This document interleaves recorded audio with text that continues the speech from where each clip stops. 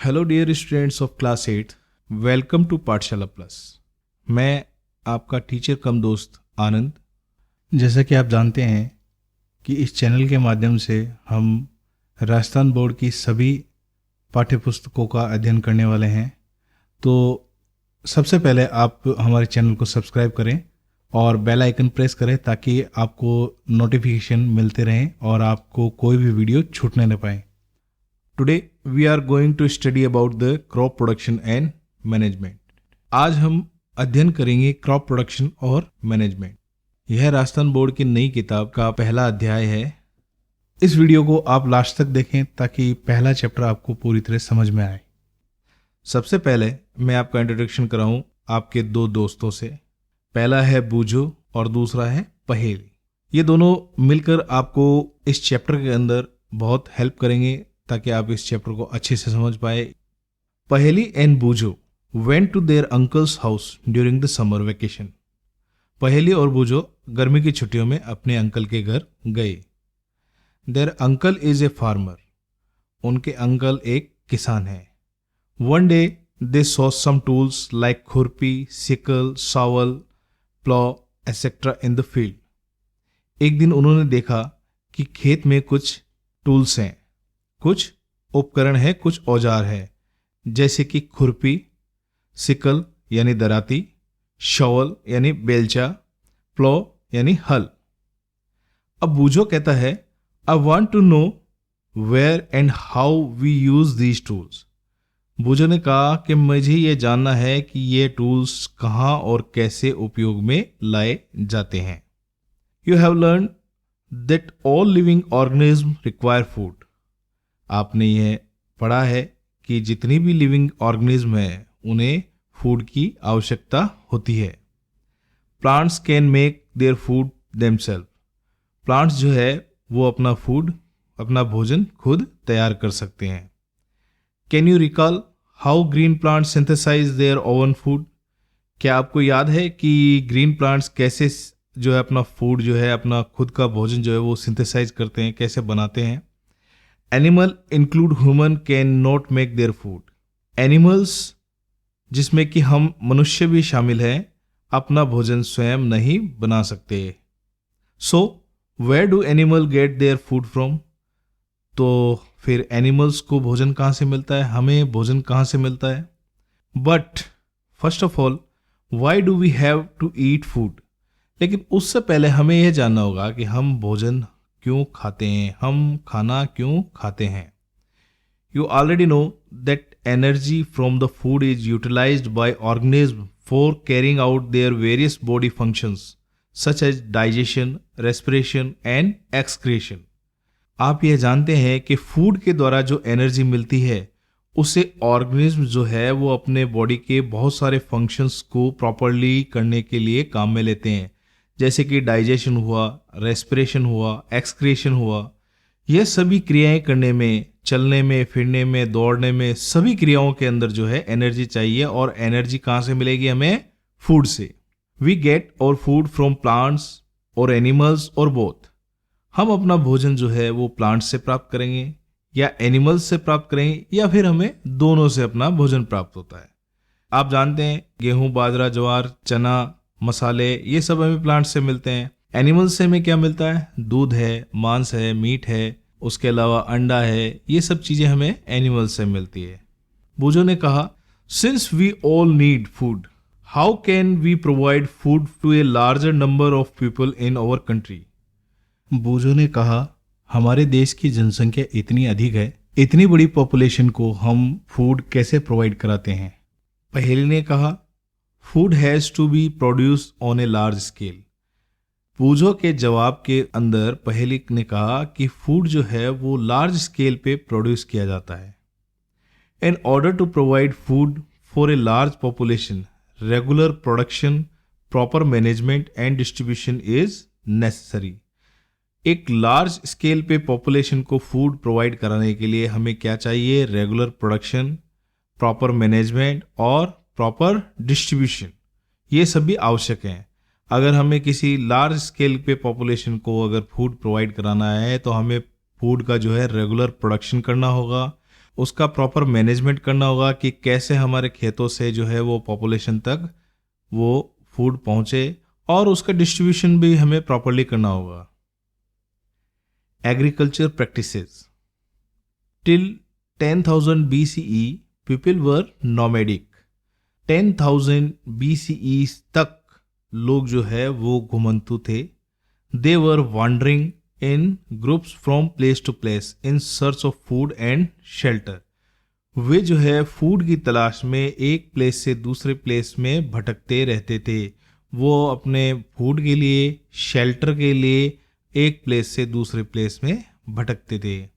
They ate raw fruits and vegetables and started hunting animals for food.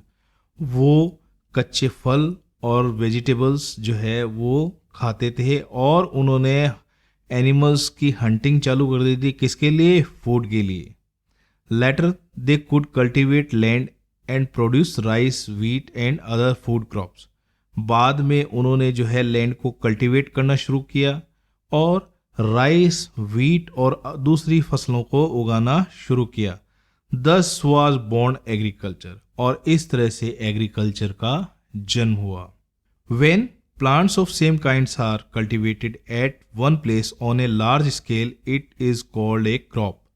जब एक ही किस्म के बहुत सारे पेड़ों को एक ही स्थान पर लार्ज स्केल में उगाया जाता है तो यह क्या कहलाती है? क्रॉप कहलाती है, फसल कहलाती है।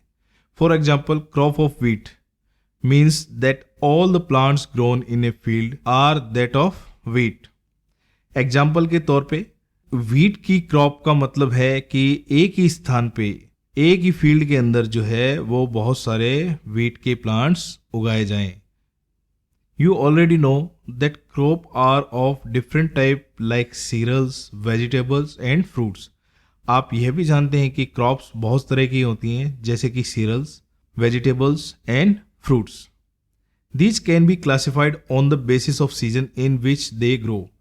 इनको हम जो है इनके उगाने के मौसम के आधार पे क्लासिफाइड कर सकते हैं। India is a vast country. The climatic condition like temperature, humidity and rainfall vary from one region to another. India जो है, भारत जो है हमारा, वो बहुत व्यापक देश है, बहुत बड़ा देश है, और यहाँ की क्लाइमेटिक कंडीशन जैसे कि टेम्परेचर, ह्यूमिडिटी यानी नमी और रेनफॉल यानी बरसात, ये सभी एक रीजन से दूसरे रीजन में बहुत ज़्यादा अंतर देखने को मिलता है। Accordingly, there is a variety of crop grown in different parts of country. ये क्लाइमेटिक कंडीशंस में जितनी भी विविधता है, इसी के आधार पे देश के अलग अलग पार्ट्स में अलग अलग तरह की फसलें उगाई जाती है। Despite the diversity, two broad cropping patterns can be identified. These are. इन सभी विविधताओं के बाद हम फसल को दो पैटर्न्स के अंदर डिवाइड कर सकते हैं। ये हैं, first one is kharif crop. The crop which are shown in rainy season are called kharif फसल। वह फसल जो कि बारिश के मौसम में बोई जाती है, उगाई जाती है, वह कहलाती है खरीफ की फसल।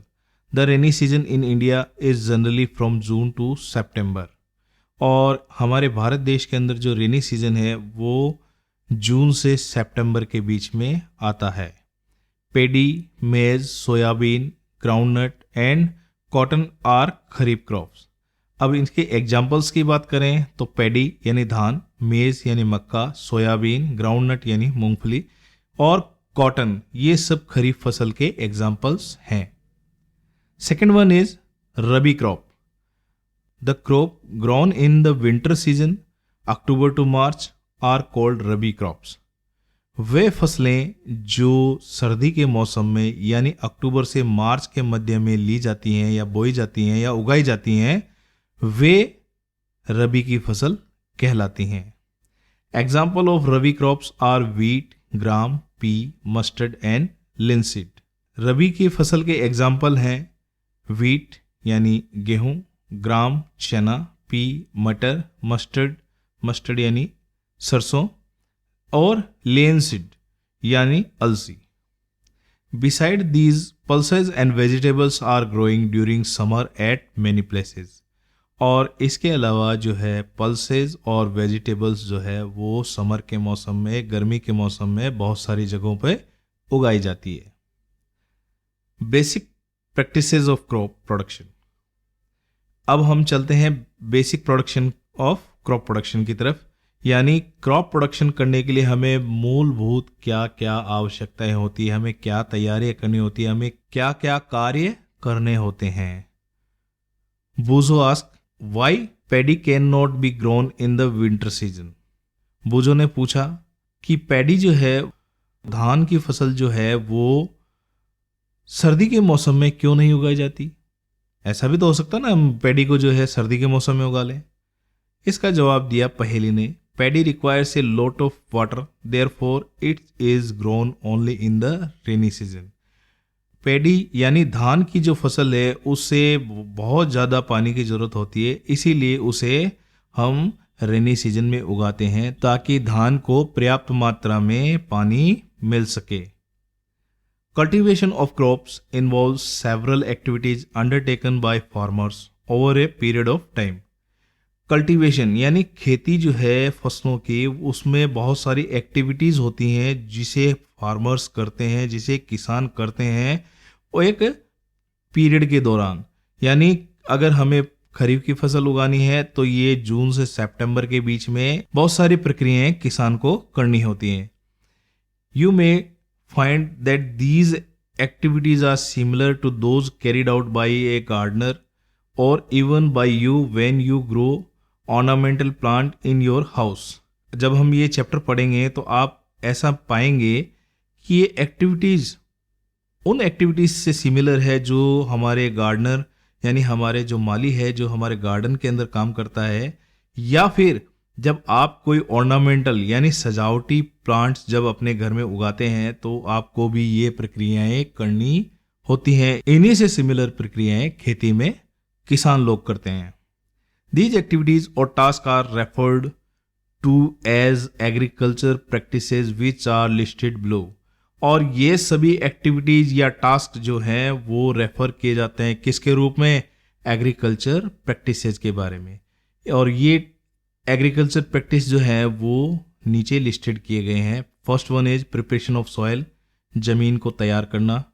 सोइंग यानी बुआई। एडिंग मैन्योर एंड फर्टिलाइजर, खाद या उर्वरक को भूमि के अंदर, जमीन के अंदर ऐड करना। इरिगेशन यानी सिंचाई। प्रोटेक्टिंग फ्रॉम वीड्स, खरपतवार या जो जंगली घास है उससे दूसरे पेड़ों को बचाना। हार्वेस्टिंग यानी कटाई। स्टोरेज यानी भंडारण। These 7 activities are called agriculture practices. और ये 7 एक्टिविटीज जो हैं वो एग्रीकल्चर प्रैक्टिसेस कहलाती हैं। अब इसमें हमें एक चीज़ ध्यान रखना है, यहाँ मैन्योर और फर्टिलाइज़र। मैन्योर और फर्टिलाइज़र का आम भाषा में जो है हम लोग एक ही मतलब निकालते हैं, लेकिन मैन्योर और फर्टिलाइज़र दोनों चीज़ अलग अलग हैं, जिसके बारे में हम पढ़ेंगे अगले वीडियो में। अगले वीडियो में हम इन 7 प्रैक्टिसेस के बारे में विस्तार से पढ़ेंगे। मिलते हैं अगले वीडियो में इन्हीं 7 एक्टिविटीज़ के साथ में। Till then, good bye.